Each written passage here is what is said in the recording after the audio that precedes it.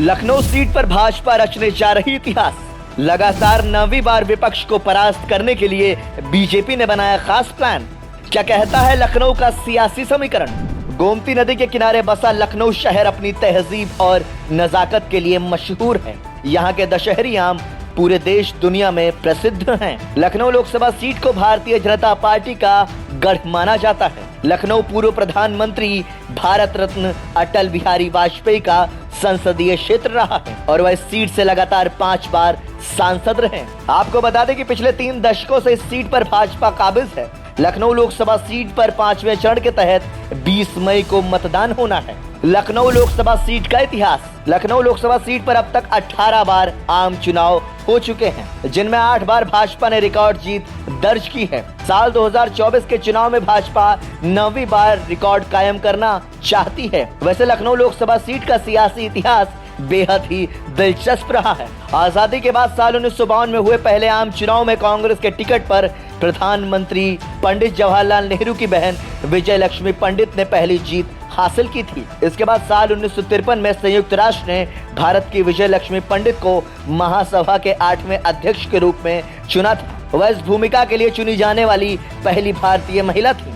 इसके बाद उन्हें संसद से इस्तीफा देना पड़ा और सीट खाली हो गई। इसके बाद हुए उपचुनाव में नेहरू के परिवार की ही शिवराजवती नेहरू सांसद बन गई। उसके बाद 1957 में कांग्रेस से ही पुलिन बिहारी बनर्जी और 1962 में बीके धवन लोकसभा चुनाव जीतने में कामयाब रहे।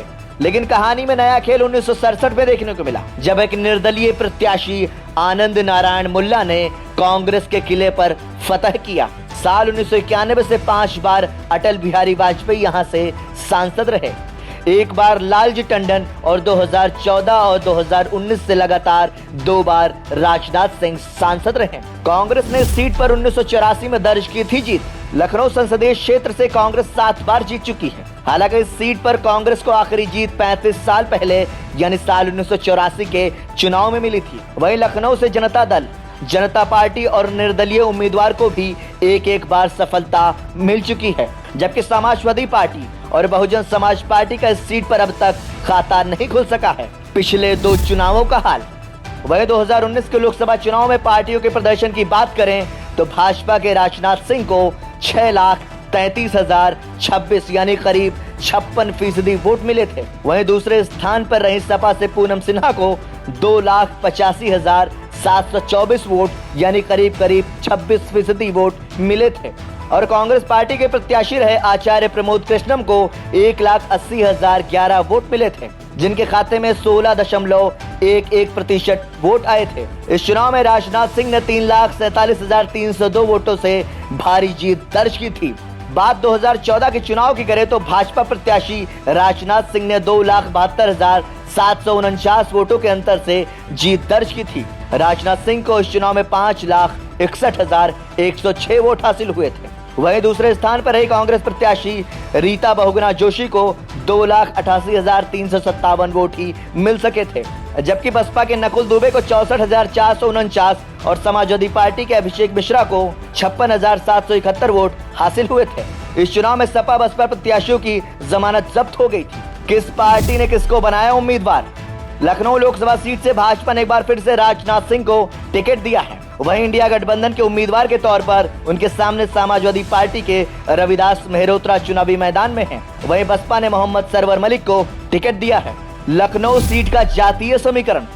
लखनऊ लोकसभा क्षेत्र में लगभग 23 लाख वोटर हैं।